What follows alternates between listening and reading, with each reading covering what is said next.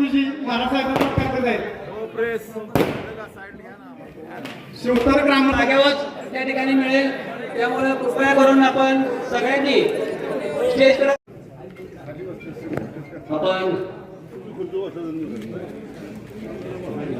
छत्रपती शिवाजी महाराज की जय, छत्रपती संभाजी महाराज की जय. शाहू फुले आंबेडकर आणि आदरणीय भाऊसाहेब महाराजांना अभिवादन करून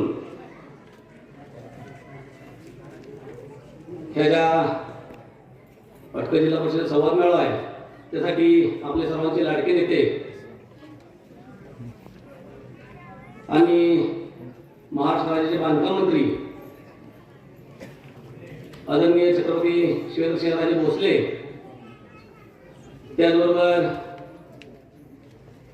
आपल्या गटाच्या या माजी महिला बालकल्याण सभापती आदरणीय गोरेताई, सहकार रोडाचे चेअरमन धनंजय शेडगे, त्याचबरोबर राजेंद्र नरोडे अप्पा, अण्णा असतील, सुजित पवार असतील, त्याचबरोबर इंद्रजित नरोडे असतील, बापू असतील, आवी काका असतील आणि संजय शेलार असतील, चौरे साहेब असतील, पी आर शिंदे साहेब असतील, आपल्या गावचे संपतराव शिंदे असतील, गणपत तात्या असतील, रामभाऊ अण्णा असतील, यानंतर विकास गुरुजी असतील आणि समोर बसलेले जिल्हा परिषद गटातील सर्वच ग्रामस्थ, महिला भगिनी आणि सर्वजण या विभागातून आलेले जे वारकरी, या सर्वांचं मी या ठिकाणी प्रथमतः स्वागत करतो. महाराजसाहेब जिल्हा परिषद पाटकर गटात पहिल्यापासून वारकऱ्याची एक परंपरा आहे आणि या परंपरेला जोपासण्यासाठी शिवेंद्रराजे मित्र समूह यांच्यामार्फत आमच्या जिल्हा परिषद गटातील सर्वच भजनी मंडळांना आपण टाळ मृदुंग याचं आपण वाटप करतोय. त्याचबरोबर आमच्या इथे पशुधनची संख्या जास्त आहे, त्यामुळे पशुधन आणखीन वाढावं यासाठी आपण शिवेंद्रराजे मित्र समूहाच्या वतीने सर्वच लोकांना एक दुधाची किटली देतोय आणि महाराजसाहेब आपल्या पटखळ जिल्हा परिषद गटात आपण महिलांसाठी घरोघरी जी स्वच्छता आपल्या घरात राहावी म्हणून आपण घरोघरी डस्टबिन वाटप केलेलं आहे. हे सर्व कामं आदरणीय छत्रपती शिवेंद्रसिंह महाराज मित्र समूह यांच्या मार्फत केलेले आहे. महाराजसाहेब मला एकच सांगायचे आहे की हा गट आदरणीय भाऊसाहेब महाराजांना मानणार होता आणि समोर बसलेली सगळी लोक ही भाऊसाहेब महाराजांनंतर आदरणीय छत्रपती शिवेंद्रसिंह महाराज यांच्यावर ही सगळी लोक आमची प्रेम करणारी लोक आहेत. ही हा पाटकळ गट भाऊसाहेब महाराजांचा होता आणि आहे आणि इथून पुढे सुद्धा छत्रपती शिवेंद्रसिंह महाराजांचाच राहील. या ठिकाणी एवढंच महाराजसाहेब तुम्हाला आम्ही शब्द देतो. महाराजसाहेब सांगण्यासारख्या खूप गोष्टी आहेत. या ठिकाणी आमच्या इथे संगमेश्वर मंदिराचं एक मोठं मंदिर आहे. महाराजसाहेब आपण या ठिकाणी मध्ये आपण निधी आणला होता, तर तो निधी काही कारणास्तव मागणी गेला. पण आमचा एकच मागणी आहे तुम्हाला की आपण आता राज्याचे मंत्री आहात, आम्हाला ते देवस्थान क वर्गामध्ये मिळावं आणि क वर्गातून आम्हाला वाटते आत्ताच तुम्ही बांधकाम खात्यातून त्या संगमेश्वर मंदिरासाठी 4 कोटी रुपये निधी हा महाराजसाहेबांनी मंजूर केलेला आहे. आणि प्रत्येक गावात महाराजसाहेबांचा मतदारसंघ नसताना सुद्धा मला वाटते का आभार आहेत किंवा आपण सगळेजण आहे की प्रत्येक गावात महाराजसाहेबांचा मतदारसंघ नसताना सुद्धा महाराजसाहेबांनी 5 वर्ष आपल्याला कुठल्या ना कुठल्या कारणास्तव एक प्रत्येक गावाला जिल्हा परिषद गटात कामं दिले, ही आपण विसरून चालणार नाही. आणि छत्रपती शिवेंद्रसिंह महाराजांना, बाबाजींना आपल्या मुख्यमंत्री साहेब देवेंद्र फडणवीस साहेबांनी राज्याची जबाबदारी दिलेली आहे. आणि राज्याची जबाबदारी देत असताना त्यांच्यावर एक मोठी जबाबदारी या ठिकाणी महाराज साहेबांच्या खांद्यावर दिली आहे. आणि ती जबाबदारी महाराज साहेबांच्या बरोबर आपल्यालाही पूर्ण करायची आहे. आता या ठिकाणी जी महाराज साहेब, आम्ही एकच शब्द देतो, जी काय तुम्ही निर्णय घेताल त्या ठिकाणी आमचा पाटण जिल्हा परिषद गट योगेश, आपण सगळेजण, आपण सर्वजण, आम्ही या ठिकाणी समोर बसलेले प्रमुख कार्यकर्ते प्रत्येक गावातून आलेले आहेत, ते शब्द देतो की तुम्ही जे म्हणताल तेच या पाटण गटात होईल. कसं आहे, बाबाराजे म्हणतील तसं, हेच या ठिकाणी मी सांगू इच्छितो. आणि महाराज साहेब, आपण या ठिकाणी आलात आणि पाटण गटासाठी आपण वेळ दिला.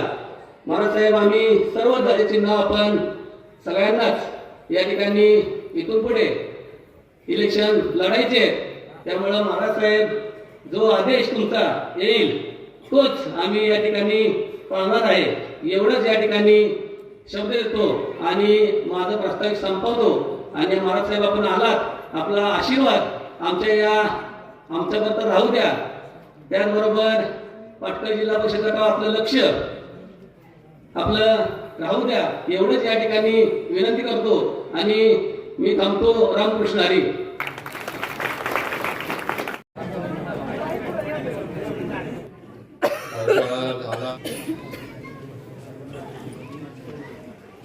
आपल्या गावचे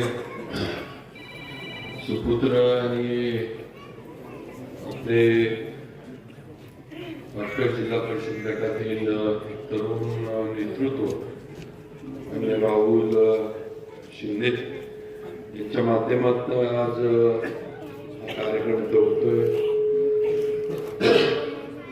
त्याचबरोबर सर्वच प्रमुख मंडळी उपस्थित आहेत. आपण सर्व राहुलच्या विनंतीनं आणि त्याच्या सर्व सहकाऱ्यांच्या विनंतीनं एवढ्या मोठ्या संख्येने इथं उपस्थित आहात. सर्व वडीलधारी, सर्व माझ्या माता भगिनी, त्याचबरोबर सर्व तरुण मित्र माझे. गेली 2 दिवस बाहेर आल्याच्यामुळं बरी नाही आहे, त्यामुळं थोडं मी जास्त काही बोलणार नाही. पण मी आवर्जून या कार्यक्रमाला का आलो होतो, अनेक दिवस राहुलचं कार्यक्रम काहीतरी पाटणमध्ये घ्यायचा, सगळ्यांना एकत्र बोलवायचं असं नियोजन अनेक दिवस चाललं होतं.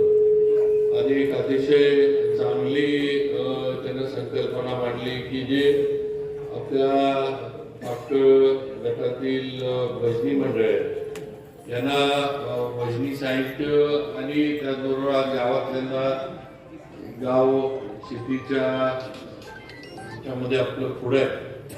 आणि असंच गावाची प्रगती शेतीच्या ह्याच्यात, पशुधनाच्या ह्याच्यात झाली पाहिजे म्हणून शेतकऱ्यांना किटलीचं वाटप, त्याचबरोबर घरामध्ये स्वच्छता राहावी, परिसर स्वच्छ राहावा म्हणून गावातील महिलांना डस्टबिनचं सुद्धा वाटप, अशी विविध कार्यक्रम, एक वेगळी संकल्पना मांडून मान्य राहुल शिंदे यांनी या ठिकाणी घेतल्या.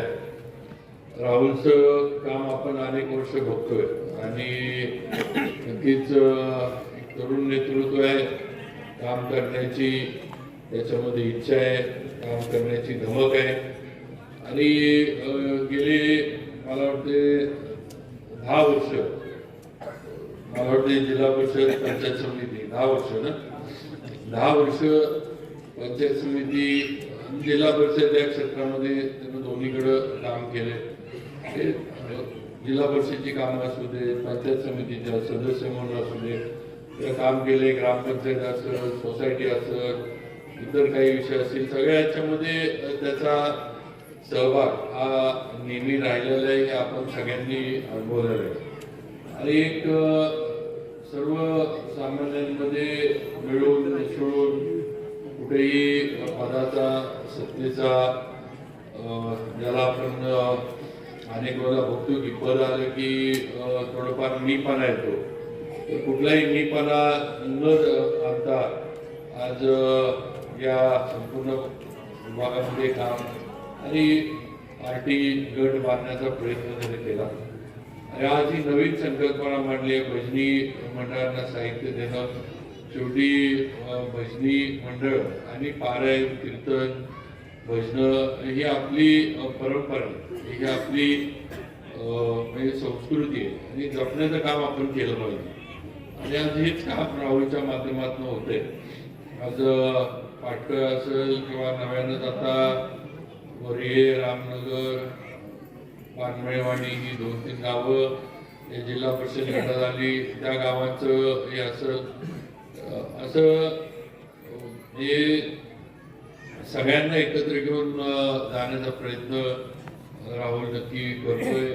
मला आता ज्यावेळेला पुनर्रचना चालू होती आपल्या जिल्हा परिषदची, त्यावेळेला वरियेची सगळी माझ्याकडे आली होती. मला म्हटले बाबा आम्ही विधानसभेला तुमच्याकडे, पण आता आम्हाला हे करत असताना पलीकडे आम्हाला जायला लागते. तर काळजी करू नका, कुठं जरी गेलं तरी सातारा तालुक्यात आहे, मी आहे म्हटलं, तुम्हाला टेन्शन घ्यायची काही गरज नाही.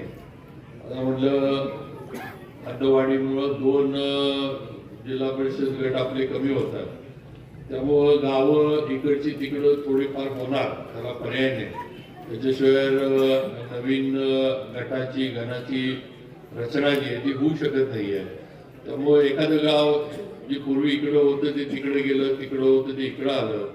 तर शेवटी काही जरी असलं तरी म्हटलं तालुक्यातच आहे आपण सगळे एकत्र जाईल, मग तुम्हाला काय अडचणी येऊन जाणार नाही एवढा माझा शब्द आहे.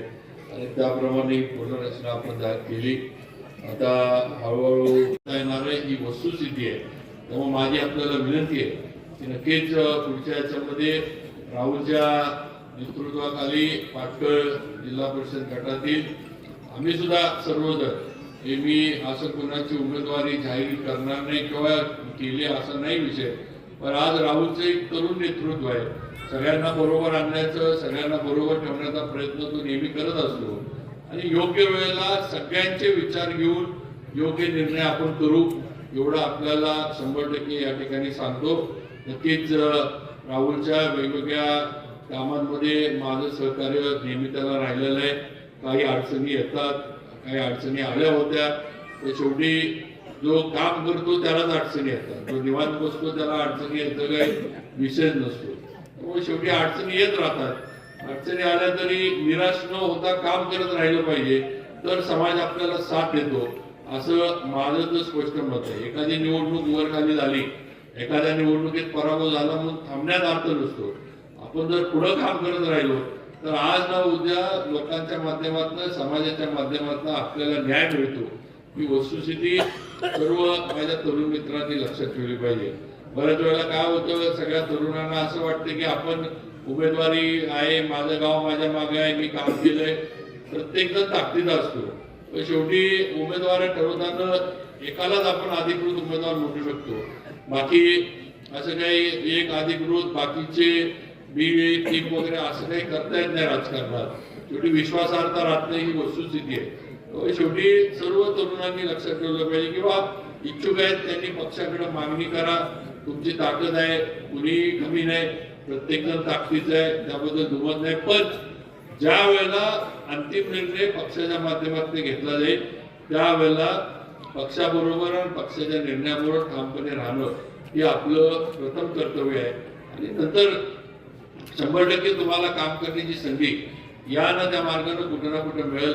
एक निवडणूक हातात गेली की आपलं सगळं संपलं आणि पुढं आपल्याला आता काहीच मिळणार नाही अशी भावना कुणी मनामध्ये निर्माण होऊन देऊ नका. निवडणूक म्हणजे राजकारणातला, समाजकारणातला अंतिम टप्पा आहे असं अजिबात समजायचं काही कारण नाही. एक साधन आहे ते काम करण्याचं, ही वस्तुस्थिती आहे. पद जे मिळतं, पंचायत समिती असू दे, जिल्हा परिषद असू दे, एक साधन आहे समाजकार्य करण्याचं, विकास कामं करण्याची. पण तेच एक मार्ग आहे किंवा त्याच्या माध्यमातून मी करू शकतो असं पण नाही, हे लक्षात घ्या. हे मला माझ्या सर्व तरुण मित्रांना सांगायचे. आणि म्हणून पक्ष संघटना आणि पक्ष नेतृत्व हे तुमच्या आमच्या दृष्टीनं महत्वाचं आहे आणि त्याप्रमाणे आपण सगळ्यांनी पक्षाच्या निर्णयाबरोबर जो काही होईल अ ब क कोण उमेदवार जो दिला जाईल त्या ह्याच्याबरोबर सगळ्यांनी ताकदीनं राहायचंय एवढी सगळ्यांना विनंती करतो. राहुलचं परत एकदा आणि त्याच्या मित्र परिवाराचं मनापासून अभिनंदन करतो. आज हा कार्यक्रम घेतला, तिथं भजनी मंडळांना साहित्य, शेतकरी बंधूंना किटलीचं वाटप आणि त्याचबरोबर आपल्या जे महिला भगिनींना स्वच्छतेसाठी डस्टबिनचं वाटप असे तिहेरी कार्यक्रम राबवण्यात पार पडले. त्याचं अभिनंदन करतो. कारखाने हंगाम चालू आहे. थोडं शेती अधिकारी माझ्याकडे सध्या बोंबलत असतात, साहेब ऊसाच्या बाबतीमध्ये बाहेरची यंत्रणा येते, शेतकरी थांबत नाहीत. तर आता तुम्ही सगळ्यांनी ठरवलं पाहिजे आपल्या कारखान्याला द्यायचा का बाहेरच्या कारखान्याला द्यायचा. शेवटी आपला कारखाना दराच्या बाबतीत मागं नाही. अजून सुद्धा अजिंक्य तारा 10व्या दिवशी पेमेंट देतो ही वस्तुस्थिती आहे. 15 दिवसाचं कायद्यात सांगितलं जातं 15 दिवसानंतर द्या. अजिंक्य तारा 10व्या दिवशी पेमेंट देतो आणि ठरल्याप्रमाणे पेमेंट देतो ही वस्तुस्थिती आहे. आणि मग असं असताना पण बाहेरच्या कारखान्यांचं आपण धन करायची, बाहेरच्या कारखान्यांना आपण ताकद द्यायची.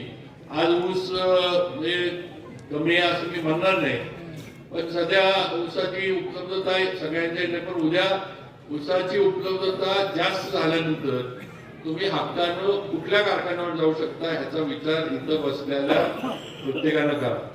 ज्या कारखान्यामध्ये तुमचा हक्काचा माणूस आहे किंवा ज्या कारखान्यात तुमच्या शेअर्सच्या माध्यमात तो उभा राहिला आहे त्या कारखान्यावर तुम्ही हक्कानं जाऊ शकता का खाजगी कारखान्यावर तुम्ही हक्कानं जाऊ शकता ह्याचा विचार प्रत्येकानं केला पाहिजे अशी माझी विनंती आहे. आणि शेवटी काय यंत्रणा आपल्याकडे पण आहे, आपली काही यंत्रणा कमी पडली आहे, गाळप काय कमी होतंय अशी अजिबात नाही. दररोज आपण 5,600 5,700 आपण गाळप करतोय. काही लोक आता थोडंफार अजिंक्य काटा मारतो असं म्हणतात. त्यांनी गेल्या 40 वर्षातलं मी आज इथं ठामपणे सांगतो, त्यांनी 40 वर्षातलं एकदा त्यांनी दाखवून द्यावं की अजिंक्य ताराच्या काट्यामध्ये खोट सापडली आहे. एकदा पण एवढ्या वर्षाच्या तपासणीमध्ये अजिंक्य ताराच्या काट्यामध्ये चूक कधी सापडली नाही ही वस्तुस्थिती आहे. आणि म्हणून अशा पद्धतीनं ऊसासाठी काही कारखान्यांच्या यंत्रणा, काही कारखान्यांचे पदाधिकारी सुद्धा हे आपल्या कारखान्याला बदनाम करतात ही चुकीची पद्धत आहे. मी कधीही कोणाच्या कारखान्यावर बोलत नाही. काही कारखाने आपल्याच जिल्ह्यातले आहेत, आपल्याच आजूबाजूचे आहेत, ते आपल्या कारखान्याला बदनाम करतात आणि ऊस मिळवण्याचा प्रयत्न करतात ही चुकीची गोष्ट आहे. हे मला अगदी स्पष्टपणे सांगायचं. तुम्ही दर द्या, तुम्ही आमच्यापेक्षा चांगला कारखाना चालवा. आज अजिंक्यची रिकव्हरी आजच्या याला 13ला रिकव्हरी पोहोचली आहे. 13 हे आजच्या दिवशी अजिंक्य कारखाना म्हणजे 130 किलो साखर आपण एका ह्याच्यातनं काढतोय. आज 13% रिकव्हरी आज दिवसाची आपली आहे. आज जिल्ह्यात रिकव्हरीच्या बाबतीत अजिंक्य तारा 1 नंबरला आहे जिल्ह्यामध्ये.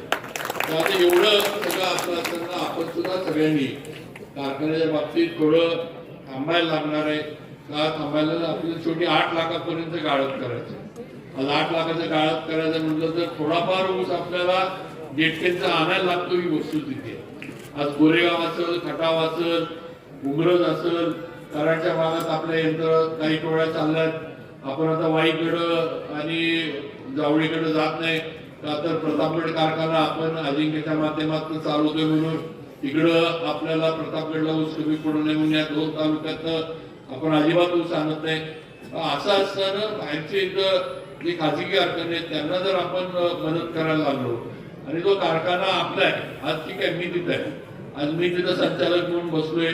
एखाद्या वेळेस उद्या त्याच्यामध्ये तुम्ही संचालक असाल, उद्या त्याच्यामध्ये तुमचा कोणतरी तिथं निवडून येऊन बसेल. 5 वर्षांचं निवडणूक होतात, कुणीही तिथं डायरेक्ट होऊ शकतं. उद्या आमचं जर कामकाज आवडलं नाही तर मतदान करून लोक मला बाहेर काढू शकतात. मी काय त्या कारखान्याचा मालक आहे किंवा मी काय त्या कारखान्याचा अजिंक्य तारा हा फक्त माझाच आहे असं अजिबात नाही. हा सभासदांचा कारखाना आहे. 28,000 सभासदांचा हा कारखाना ही वस्तुस्थिती लक्षात ठेवा. आज हा कारखाना तुमच्या पैशातनं भाऊसाहेब महाराजांनी उभा केला. आज 60,000 टनावरनं 8 लाख टनावर आपण पोहोचलोय. 8 लाख टनाचं आपण गाळप करायला आज आपली ताकद आहे. आज पुढे सुद्धा आपण वाढवू, पण योग्य वेळेला वाढवू. आज गाळप क्षमता नुसती वाढवण्यामध्ये अर्थ नाही. तेव्हा आम्ही जे काही एक्सपान्शनचा विचार होता तो थांबवला. उगाच म्हणलं कर्ज काढणं आणि कर्जाच्या याच्यामध्ये अडकलो तर परत अडचणी होतील. त्यामुळं सगळं ठरवलेलं जे ते आपण या वर्षांमध्ये थांबवलं किंवा आपल्याला आता पुढे जायचं नाही आहे त्याच्यावर आपण चालू, चांगली रिकव्हरी मिळवू आणि जे उद्दिष्ट आहे ते आपल्याला गाठायचे अशा पद्धतीचं आपण नियोजन केलं. आता उद्दिष्ट गाठायचं असलं तर तुमच्या सगळ्यांचं त्याच्यामध्ये हातभार लागणं गरजेचं आहे. नुसतं मी किंवा माझ्याबरोबर असणारे संचालक किंवा शेती खातं आम्ही नुसतं उद्दिष्ट गाठू शकत नाही. तुम्ही जर आम्हाला साथ दिली आणि तुम्ही जर आमच्यावर कारखान्यावर विश्वास ठेवून थांबला तर 8 लाखाचं उद्दिष्ट आपण गाठू शकतो हे लक्षात ठेवा. आणि म्हणून माझी आपल्याला विनंती आहे की सगळ्यांनी हंगामामध्ये सुद्धा आपल्या कारखान्याला मदत करा. बाहेरच्यांना मदत करायला जाऊ नका. बाहेरच्यांनी उद्याच्या ह्याच्यामध्ये त्या तालुक्यामध्ये ऊसाचं क्षेत्र आलं वाढलं तर हे कारखाने तुमच्यापर्यंत विचारायला येणार नाही. ती वस्तुस्थिती आहे. जो तो जवळचा ऊस कसा मिळेल हा प्रयत्न करत असतो. का तर खर्च कमी येतो, तोडणी वाहतूक वाचती आणि कारखान्याला नफा हा जास्त प्रमाणात होतो. ही वस्तुस्थिती आहे, हे गणित आहे. त्याच्यामध्ये काही नाही. उद्या अजिंक्य जरी मिळाला आपण पण काय जवळचा ऊस मिळायला लागला तर आपण पण बाहेर जाणार नाही. आपल्याला जर जवळचा मिळाला तर आपण सुद्धा काय लांबनं ऊस आणायचं काही कारण नाही. तर आपल्याला शेवटी जेवढे पैसे आपल्याला वाचून येतील तेवढे वाचवायचे. हे साधं सोपं गणित आहे. मग शेवटी आपण थांबला तर आपल्या जो काही वाहतुकीचा खर्च वाढतो बाहेर जाऊन तो कमी होईल. 4 पैसे आपल्याला अजून पुढे वाढवून मिळतील, कामगारांना वाढवून मिळतील. आज याचा विचार आपण सगळ्यांनी करा एवढी विनंती करतो. बाकी राहुलला परत एकदा त्याचं अभिनंदन करतो या सगळ्या कार्यक्रमाच्या निमित्तानं. आणि आपल्या सर्वांचं आपण एवढ्या उशीरपर्यंत थांबला. सगळ्या माझ्या भगिनी थांबल्या, माता भगिनी थांबल्या, वडीलधारे सगळे थांबले. सगळ्यांचं मनापासून आभार मानतो आणि माझे 2 शब्द थांबवतो. जय हिंद, जय महाराष्ट्र. नियोजन राहुल नाना आणि सर्व पाटकळ गटातील प्रमुख कार्यकर्त्यांनी केलं. महाराज साहेब, आपण जी एक परंपरा आहे ह्या छत्तीसगाव असेल किंवा ह्या पाटकळ गटाची पूर्वीपासूनची जी परंपरा आहे की भाऊसाहेब महाराज असल्यापासून नंतर आपण जो आदेश देतात त्याचं पालन ह्या वेळेला सुद्धा नक्कीच होईल.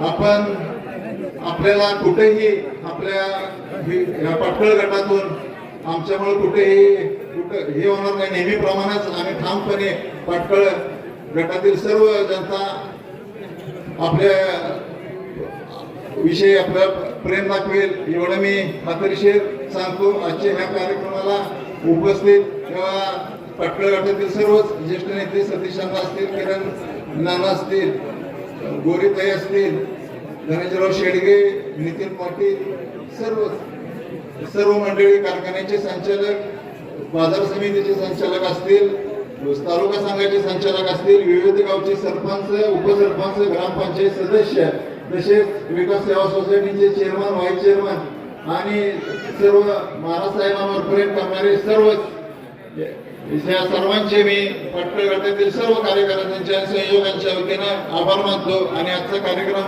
संपला असं मी जाहीर करतो. या ठिकाणी 12 वाजता सत्कार होत आहे.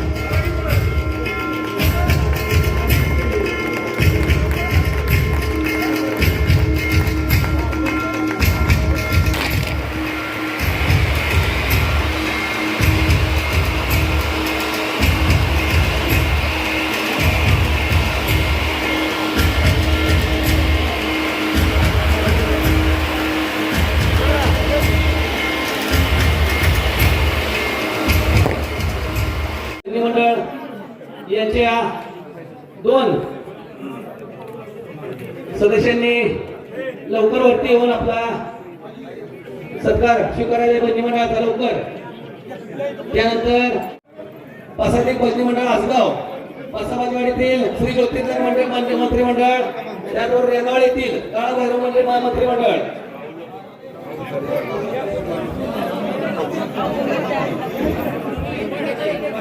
प्रथमाची वाडी ज्योतिर्लिंग पश्चिम मंडळ, रेणावळे काळ भैरवनाथ पश्चिम मंडळ,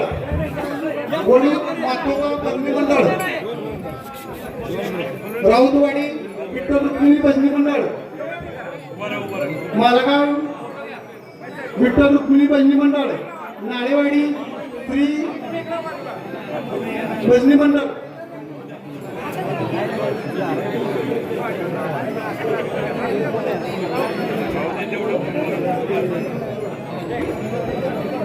गोळे कोटेश्वर प्रसारक सांस्कृतिक भजनी मंडळ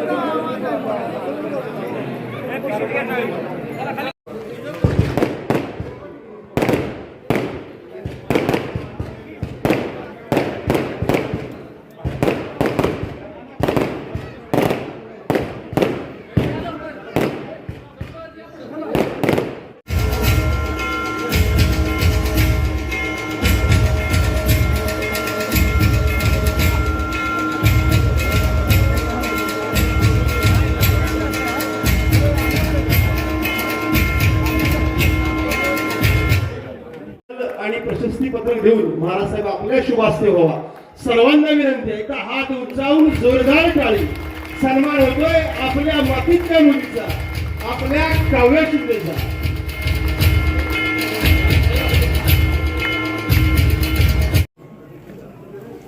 पाटकर जिल्हा परिषद गटाला संवाद मेळावा आहे. या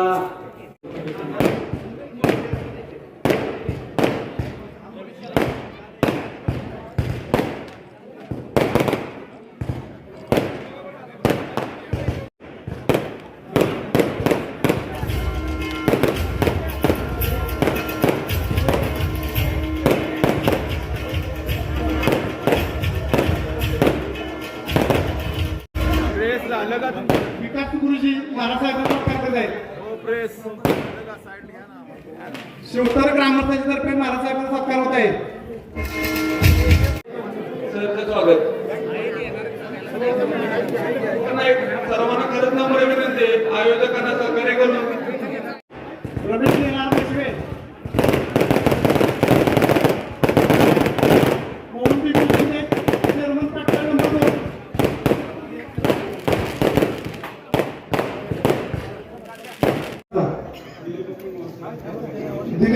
दिलीप बापू आणि मोहन शेलार तेजवर या.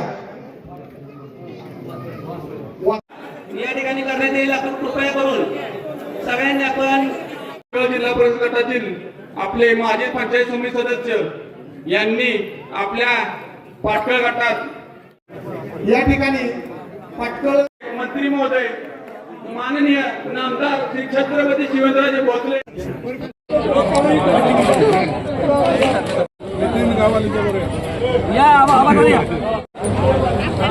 यांना बसण्याचे संधी देण्यात येत आहे.